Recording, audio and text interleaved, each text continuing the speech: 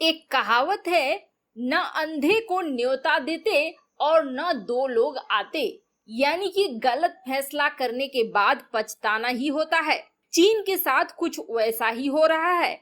ऐसे समय में जब सामने लड़ाई खड़ी है, चीन के हथियार एक एक करके फेल हो रहे हैं, तो वहीं दूसरी तरफ भारत और रूस ने मिलकर सुखोई के साथ कुछ ऐसा कर दिया है जिसके बाद आसानी से निशाने पे आएंगे चीनी युद्धपोत और चीनी विमान। वहीं भारत के प्रयासों को अमेरिका द्वारा लग सकता है झटका। आइए जानते हैं इन खबरों को विस्तार से। हमने आपको अपने कल के न्यूज में बताया था कि एक बड़ी खबर निकलकर यह आ रही है कि चीन के रडार अमेरिका के 5वीं जनरेशन के विमानों को डिटेक्ट नहीं कर पा रहे हैं। चीन के घटिया हथियारों का यही बस एक नमूना नहीं है। अब चीन की ओर से एक और ऐसा वीडियो सोशल मीडिया में वायरल हो रहा है जिसमें चीन के हथियारों की पोल खुल रही है। चीन एक और जहां एशिया, खासकर दक्षिण चीन सागर में कई क्षेत्रों पर अपना दावा ठोक रहा है और अपनी सैन्य शक्ति को दिखला भी रहा है, वहीं दूसरी ओर एक वीडियो सामने आने से उसके पीपल लिबरेशन आर्मी की पोल खुल गई है। दरअसल सोशल मीडिया पर शेयर हो रहे वीडियो में दिखाई दे रहा है कि एक एम्फीबियस टैंक जो कि पानी के अंदर और बाहर दोनों जगह फंक्शन कर सकता है, वह खुद ही डूब जाता है और कहा जाता है कि पानी के ही रास्ते चीन ताइवान को निशाना बनाने की फिराक में है। ऐसे में इस वीडियो ने उसकी क्वालिटी पर सवाल खड़ा कर दिया है। इस एम्फीबियस टैंक का काम होता है पानी के अंदर रहकर इंतजार करना और जरूरत पड़ने पर अचानक हमला करना या किसी संदिग्ध वाहन को नदी पार करने से रोकना। इसके साथ ही ये आरोप लग रहे हैं कि ये टैंक ठेके के मानकों से उलट घटिया क्वालिटी के पतले कमजोर स्टील से बनाए गए हैं, जिसकी वजह से ये डूब गए। चीन की पीपल लिबरेशन आर्मी के उपकरणों की गुणवत्ता पर सवाल खड़ा हो गया है और भ्रष्टाचार के आरोप भी लग रहे हैं। अब क्या ऐसे हथियारों के साथ चीन लड़ाई जीतने की सोच रहा है? पोलैंड और अमेरिका ने मिलकर कुछ ऐसा कर दिया है जिससे भारत के प्रयासों को लग सकता है बड़ा झटका। आपको बता दें, भारत बड़े प्रयास में है कि चीन के खिलाफ रूस को साथ लाया जा सके और इसके संकेत भी मिले हैं कि रूस इस तरफ आ सकता है। ऐसे में अमेरिका की इस पहल ने उस पर चोट कर दिया है। वैसे आपको बता दें, नाटो संगठन की संरचना सोवियत संघ के खिलाफ की गई थी। सोवियत संघ के साम्यवादी विचारधाराओं के खिलाफ करी गई थी, लेकिन नाटो संगठन का कोई खास फायदा नहीं हुआ था, क्योंकि न तो ये सोवियत संघ को रोक पाया था और न ही उसके विघटन के बाद बने रूस को। रूस ने दिन दूनी रात चौगुनी हथियारों के मामले में उन्नति करी, लेकिन हाँ, इस संगठन से किसी को फायदा हुआ तो वो अमेरिका था, क्योंकि अमेरिका ने संगठन सदस्यों को पूरी तरीके से अपने हथियार बेचे। दरअसल वॉर्सा में यूएस आर्मी की तैनाती को लेकर अमेरिका और पोलैंड में एक समझौता हो गया है और इसके बाद बाल्टिक सी क्षेत्र में अमेरिकी सैनिकों की तैनाती का रास्ता साफ हो गया है। आपको बता दें, यह वह क्षेत्र है जहां अमेरिकी सैनिकों की तैनाती को लेकर रूस पहले से ही गुस्से में है। ऐसे में अमेरिका के साथ उसके संबंधों में फिर से तनाव देखने को मिल सकता है। रूस का ज्यादातर व्यापार सेंट पीटर्सबर्ग पोर्ट से बाल्टिक सी के रास्ते से होता है।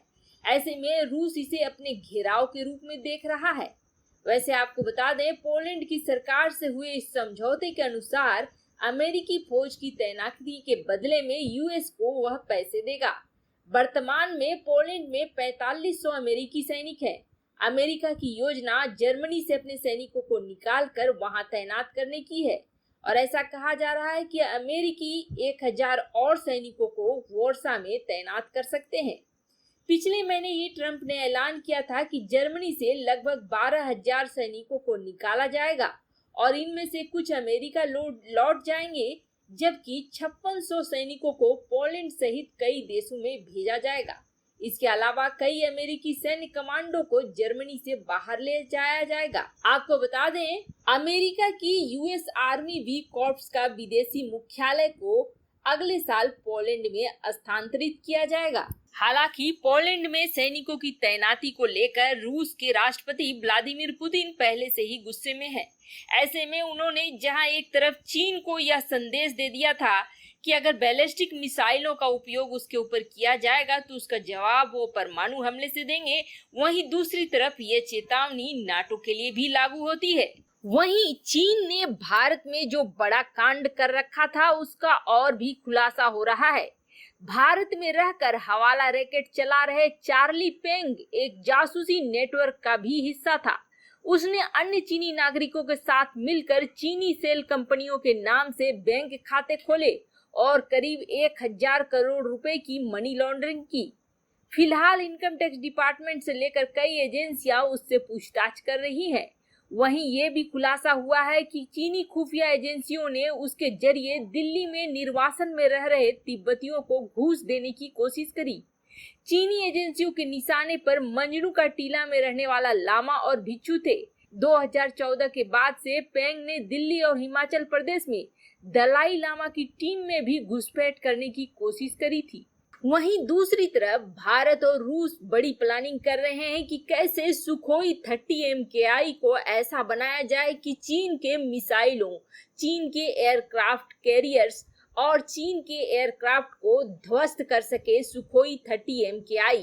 अब रूस ने सुखोई 30 को एडवांस करते हुए उसमें 1000 किलोमीटर रेंज तक की मिसाइल को ले जाने की क्षमता डाल दी है। वैसे आपको बता दें, सुखोई 30 रूस की सबसे ज्यादा बिकने वाली जेट है, जो कि करीब 12 देशों ने खरीदी है।